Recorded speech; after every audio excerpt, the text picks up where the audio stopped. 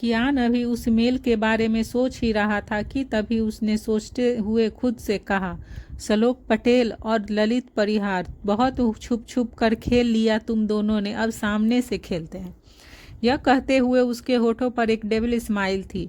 वहीं दूसरी तरफ कियान के कहने पर राघव के आदमियों को ढूंढ ढूंढ कर इंस्पेक्टर अभिनव उन्हें अपना शिकार बना रहे थे। वह पूरे शहर से राघव के आदमियों और उनके नाम को मिटा देना चाहते थे। इंस्पेक्टर अभिनव इस काम में कियान का पूरा साथ दे रहा था, पर अभी भी ऐसे बहुत लोग थे जो शराफत का नकाब लगाकर गलत काम कर रहे थे। उन्हीं में से एक था श्लोक पटेल, आशीष का डैड। जब श्लोक पटेल के इनलीगल पेपर पर अमित शुक्ला ने यह कहकर साइन करने से मना कर दिया था कि वह गवर्नमेंट की प्रॉपर्टी है, तो श्लोक पटेल ने अपनी ड्रीम प्रोजेक्ट को पूरा करने के लिए राघव से हाथ मिला लिया था। उसके साथ ही उसने अमित शुक्ला के साइन करवाने के लिए अपने 100 करोड़ के प्रोजेक्ट में राघव के साथ 50% की हिस्सेदारी भी की थी। राघव ने अमित शुक्ला से साइन तो उन पेपर पर ले लिए थे, पर वह फिर भी उस प्रोजेक्ट को शुरू नहीं कर पाया, क्योंकि उसके अगले दिन ही कियान ने उस पर अटैक करके पेपर्स को डिस्ट्रॉय कर दिया था। श्लोक पटेल कियान की पावर को अच्छे से जानता था, इसीलिए वह कभी भी उससे सीधे तौर पर नहीं भिड़ा और ना ही उसके सामने आया। वह अपने लीगल बिजनेस की आड़ में इनलीगल काम कर रहा था और सारे गैर कानूनी कामों को बड़ी ही चालाकी के साथ कर रहा था। वह साल में सिर्फ 2 से 3 बार ही उस डील को करता था, जिससे उसे करोड़ों का फायदा होता था। इसी वजह से वह आज तक सबकी नज़रों से बचा हुआ था। आशीष ने जो शिव्यान के साथ किया, श्लोक पटेल को इसकी भी खबर थी, इसीलिए उसने आशीष को उसी टाइम आउट ऑफ इंडिया भेज दिया और आज तक उसे वापस नहीं आने दिया। जहां एक तरफ लक्ष्य, आशीष और प्रणय यह सोचकर सुकून से जी रहे थे कि शिवान अब मर चुका है, तो वहीं शिव्यान की सांसें जो पल पल की मोहताज हो गई थी, वह अब लौट आई थी। करण अपने सामने बैठे शिव्यान को होश में देखकर खुश था। उसने शिव्यान को गले लगाते हुए कहा, फाइनली तू उठ गया यार। यह सुनकर उसने करण को पहले हैरानी से देखा और फिर कहा, मैं यहाँ क्या कर रहा हूँ, मैं हॉस्पिटल में क्यों हूँ। उसकी बात पर करण चौंक गया और उसने उसे हैरानी से देखते हुए कहा, क्या तुझे कुछ भी याद नहीं है कि 6 महीने पहले क्या हुआ था। तभी शिव्यान ने चौंकते हुए कहा, 6 महीने पहले? क्या मैं 6 महीने से इसी हॉस्पिटल में हूँ? जिस पर करण ने हाँ में सिर हिला दिया। अब करण को समझ नहीं आ रहा था कि वह उसे 6 महीने पहले की बात कैसे समझाए, और उस रात का सच वह खुद भी पूरा नहीं जानता था। करण तो यह सोच रहा था कि जैसे ही शिव्यान होश में आएगा तो वह उसे उस रात का सच जानेगा, पर आज उसकी बात सुनकर वह फिर से वहीं पहुंच गया जहां से उसने शुरू किया था। डॉक्टर एल्विस ने करण को शिव्यान की मेंटली कंडीशन के बारे में बताते हुए कहा, he lost his memory. Doctor Elvis की बात सुनने के बाद करण अपना सिर पकड़ते हुए खुद से कहा, अब क्या करूं मैं?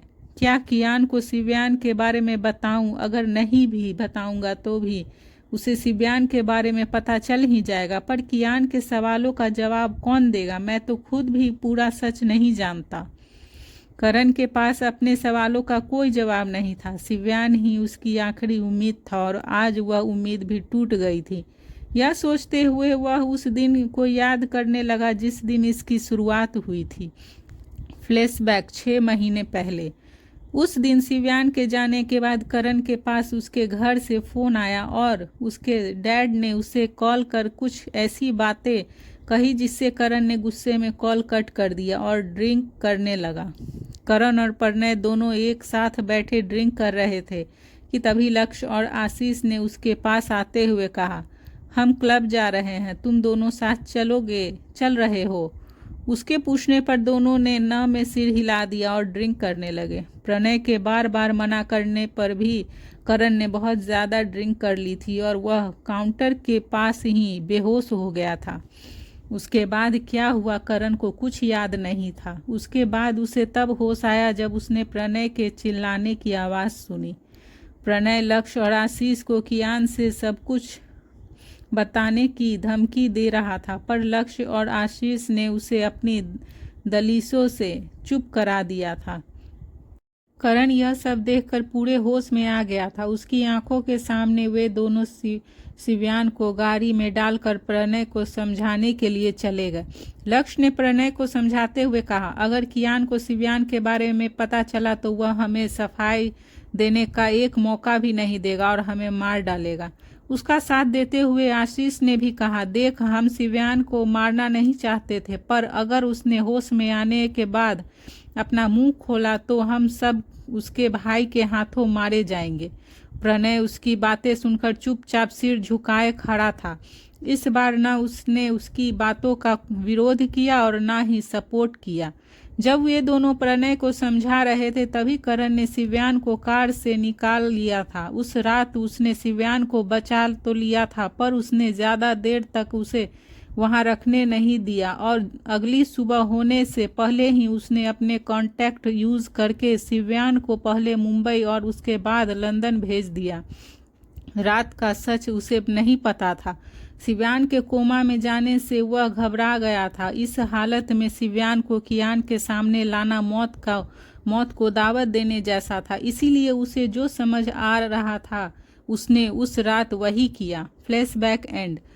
वहीं दूसरी तरफ इंडिया में कॉलेज में इतने दिन बाद सुहानी को देखकर अंशिका ने उसे टोंट मारते हुए कहा, ओह, तो फाइनली मैडम को कॉलेज आने का टाइम मिल गया। वैसे कहाँ थी इतने दिनों से? पायल ने अंशिका की बातों का जवाब देते हुए कहा, हनीमून पर गई होगी हमारे हॉट हैंडसम एंड कूल जीजू के साथ। वे दोनों बिना सुहानी को बोलने का मौका दिए एक के बाद एक सवाल करते हुए जा रही थी। तभी पायल ने सुहानी को छेड़ते हुए अपने कंधे से उसके कंधे पर मारते हुए कहा, जीजू बेड पर कैसे हैं? सुहानी कुछ कहती उससे पहले ही अंशिका ने बीच में ही कहा, सुपर्ब होंगे यार, जैसी पर्सनैलिटी है वैसी परफॉर्मेंस। सुहानी ने उसकी बातों पर दोनों को घूर कर देखा, फिर गुस्सा करते हुए उसने कहा, just shut up, no more words, then I will wit you. यह कहते हुए सुहानी ने दोनों को अपना पंच दिखाया। पंच देखकर दोनों ही डर गई और शांत हो गई। फिर दोनों को देखकर सुहानी ने आगे कहा, बकवास तो बहुत करती हो दोनों। यह बताओ पिछले एक हफ्ते में कितना सिलेबस कवर किया प्रोफेसर ने? कुछ नोट्स प्रिपेयर किए हैं या नहीं? उसके सवाल पर दोनों ने ही अपना मुंह लटका लिया। उसके ऐसे रिएक्शन पर सुहानी ने उन्हें देखते हुए कहा, हे भगवान, क्या आपने इन दोनों को मेरे लिए ही भेजा था? इन्हें मेरी ज़िंदगी में भेजने तक तो ठीक था, पर अपने इनके अंदर भेजा क्यों नहीं डाला? एक तो ऐसा फ्रेंड देते जो मेरे किसी काम आता। वे दोनों ही सुहानी की बातों पर उसे मुंह लटकाए हुए घूर रही थी। सुहानी दोनों को सुनाने के बाद जाने लगी कि तभी अंशिका ने उसे आवाज़ देकर रोक लिया और उसके पास आकर मुंह बनाते हुए कहा, एक इम्पॉर्टेंट बात तो बताना भूल ही गई। यह सुन सुहानी ने पूछा, कौन सी बात? जिस पर अंशिका ने उसे अनजान आदमी के बारे में सब बता दिया जिसके पास उसने सुहानी की फोटो देखी थी। अंशिका की बात सुनने के बाद सुहानी का चेहरा परेशानियों से भर गया। उसने मन में ही खुद से कहा, इनमें कोई शक नहीं कि यह आदमी उसके भेजे गए हैं। वहीं दूसरी तरफ कियान फिर से अपने काम में डूब गया था। उसकी उंगलियां कीबोर्ड पर नाच रही थी कि तभी उसका फ़ोन रिंग हुआ। रिंग सुनकर उसने फ़ोन की स्क्रीन को देखा जिस पर एक प्राइवेट नंबर शो हो रहा था। उसने जैसे ही कॉल रिसीव किया तो दूसरी तरफ से किसी के ज़ोर ज़ोर से हंसने की आवाज़ आने लगी। कियान को समझने में देर नहीं लगी कि वह आवाज़ किसकी है। तभी दूसरी तरफ से हंस रहे शख्स ने कहा, game is not over yet. यह कहकर उससे हंसते हुए कॉल कट कर दिया। फिर कियान ने फ़ोन की डिस्प्ले को देखते हुए कहा, players change but game not and. यह कहने के बाद उसने एक नंबर डायल किया और कॉल रिसीव होते ही कहा, वापस आ जाओ तुम, अगर तुम वहां और रहे तो तुम पर शक हो जाएगा। दूसरी तरफ फोन पर सुन रहे शख्स ने कहा, ओके सर। उसके यह कहते ही कॉल कट हो गई। कियान फोन की स्क्रीन देखकर कुछ पल सोचने लगा, फिर वापस से अपना काम करने लगा। वहीं दूसरी तरफ लंदन में शिव्यान करण से बार बार पूछ रहा था कि 6 महीने पहले क्या हुआ था, और करण उसे बिना कोई जवाब दिए चुपचाप बैठा था। तभी शिव्यान ने झिलझिलाते हुए लाउड वॉइस में फिर से पूछा, बताना यार, 6 महीने पहले क्या हुआ था। यह सुनकर करण ने शिव्यान को देखा, जो अब बहुत गुस्से में लग रहा था और सच जानने के लिए डिप्रेस्ड हो रहा था। फिर करण उठकर उसके पास आया और बोला, पहले तू पूरी तरह से ठीक हो जा, फिर हम इंडिया वापस जाएंगे। जो कहानी जहां से शुरू हुई थी, अंत भी उसका वहीं होगा। उसने यह इतनी गंभीरता से कहा था कि शिव्यान भी उसकी बात मान गया और उसने हाँ में सिर हिला दिया। उधर इंडिया में सिर्फ 2 दिन में ही सुहानी और शिवी की बहुत अच्छी दोस्ती हो गई थी। शिवी को वह कियान के लिए एकदम परफेक्ट मैच लग रही थी। इसी के साथ उसकी स्वाति और आंसू से भी दोस्ती हो गई थी। जब उसे पता चला कि राहुल की एंगेजमेंट स्वाति के साथ हो रही है तो वह बहुत खुश हो गई थी और दोनों की एंगेजमेंट के लिए एक्साइटेड हो गई थी। वहीं डॉक्टर खन्ना ने रिहान की सर्जरी भी कर दी थी। वह अब पहले से ठीक था और विला में चल फिर भी रहा था, पर अभी तक रिहान का राहुल से सही से इंट्रोडक्शन नहीं हुआ था। सुहानी ने आज फिर से कॉलेज से ऑफ लिया था। उसने स्वाति से प्रॉमिस किया था कि वह उसके साथ एंगेजमेंट से पहले शॉपिंग करने जाएगी, इसीलिए वह शॉपिंग की परमिशन लेने के लिए कियान के सामने क्यूट सा मुंह बनाकर खड़ी थी। उसने इतना सॉफ्ट देखकर कियान ने उसे एक नज़र देखा और फिर वापस से लैपटॉप में देखते हुए कहा, अब क्या हुआ, कुछ कहना चाहती हो। सुहानी जल्दी से उसके सामने जाकर बैठ गई और फिर उसे मक्खन लगाते हुए बोली, आज कॉलेज भी ऑफ है आज, और सीवी को भी आए हुए इतने दिन हो गए, 2 दिन बाद एंगेजमेंट भी है, तो क्यों न हम सब शॉपिंग के लिए चले जाएं।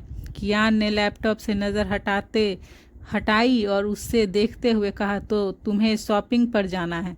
सुहानी ने छोटे बच्चे की तरह जल्दी से हाँ में सिर हिला दिया। तभी कियान ने मना करते हुए कहा, इसकी कोई ज़रूरत नहीं है, डिज़ाइनर यहीं आ जाएंगे, फिर तुम्हें जैसी ड्रेस चाहिए डिज़ाइनर करवा लेना।